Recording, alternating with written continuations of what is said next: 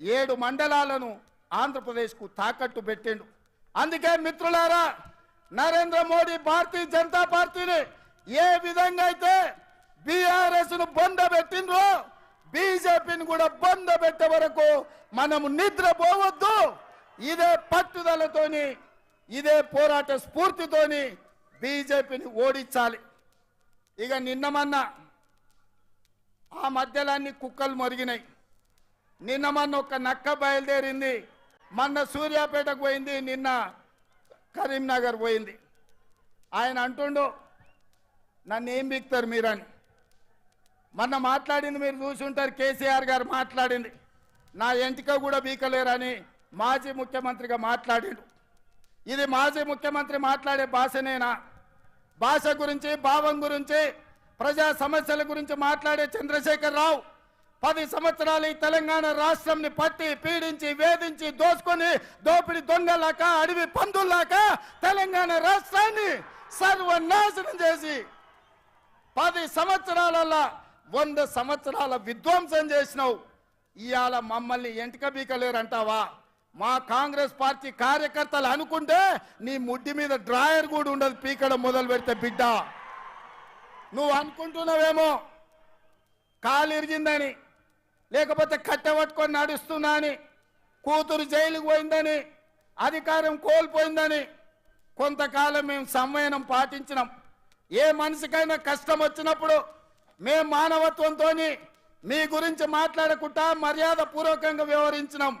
ఇవాళ నువ్వు అనుకుంటున్నావు నువ్వు ఏది పడితే అది మాట్లాడితే చూస్తూ ఊరుకుంటామని. చూస్తూ ఊరుకునేటోడు ఎవరు లేరు. నేను పెద్దలు జానారెడ్డి గారి లాగా కాదు, నేను రేవంత్ రెడ్డిని బిడ్డ. అంగిలాగు ఊడదీసి నువ్వు మాట్లాడే లత్కోర్ లఫంగ మాటలకు చెర్లపల్లి జైల్లో చిప్పకూడు తినిపిస్తా బిడ్డ. నువ్వు అనుకుంటున్నావేమో. ఆనాడు చెప్పినా ఈనాడు చెప్తున్నా, నువ్వు పేదలకు డబుల్ బెడ్రూమ్ ఇల్లు కట్టియలే, నేను మాత్రం నీకు తప్పకుండా డబుల్ బెడ్రూమ్ ఇల్లు కట్టిస్తా చెర్లపల్లి జైల్లో. ఎందుకంటే కొడుకు కోడలు వస్తే యాడు ఉండాలి, బిడ్డ అల్లుడు వస్తే యాడు ఉండాలి. అందరు కలిసి చెర్లపల్లి జైల్లో ఉండేటట్టు మీకు డబుల్ బెడ్రూమ్ ఇల్లు కట్టించే బాధ్యత మా లక్షలాది మంది కాంగ్రెస్ పార్టీ కార్యకర్తలు తీసుకుంటారని చెప్పి నేను ఈ వేదిక మీద నుంచి చెప్పదలుచుకున్నా. అందుకే మిత్రులారా, మీరు ఆలోచన చేయండి. డిసెంబర్ 7 నాడు మనం అధికారం చేపట్టి డిసెంబర్ 9 నాడు ఆడబిడ్డల ఆర్టీసీలో ఉచిత ప్రయాణం, రాజీవ్ ఆరోగ్యశ్రీ ద్వారా ప్రతి పేదవాడికి 10 లక్షల రూపాయలు ఉచితంగా వైద్యాన్ని అందించే నిర్ణయాలు తీసుకున్నాం. ఇదే కాదు, మా మిత్రుడు పెద్దలు బట్టి విక్రమార్క గారు ఆర్థిక సమస్యలు, రాష్ట్రం సంక్షోభంలో ఉంటే, జీతభత్యాలు ఇవ్వలేని పరిస్థితిలో రాష్ట్రం ఉంటే ప్రభుత్వ ఉద్యోగులకు అదేవిధంగా పెన్షన్దారులకు 1వ తారీఖు నాడు జీతభత్యాలు ఇచ్చి రాష్ట్ర ఆర్థిక పరిస్థితిని గాడిలో పెట్టిండు. ఇదే కాదు, ఆడబిడ్డలను దృష్టిలో పెట్టుకొని కట్టెల పొయ్యితోని కన్నీళ్లతోని ఆడబిడ్డలు కష్టపడుతుంటే వాళ్ళ కన్నీళ్లు తూడవడానికి సోనియమ్మ మాట ప్రకారం 500 రూపాయలకే ఆడబిడ్డలకు సిలిండర్ ఇచ్చి ఆడబిడ్డల కష్టాలు తీర్చినాం. అదే కాదు, పేదవాళ్లకు ఇంటింటికి ఉచితంగా 200 యూనిట్ల పథకాన్ని అమలు చేసి నిరూపించినాం. ఇదే కాదు, ఇవాళ చంద్రశేఖర్ రావు గారిని నేను అడుగుతున్నా, ఆనాడు పల్లెల్లో, తండాలలో, గూడాలలో ఇందిరమ్మ ఇండ్లు 25 లక్షలు మేము కట్టించినాం.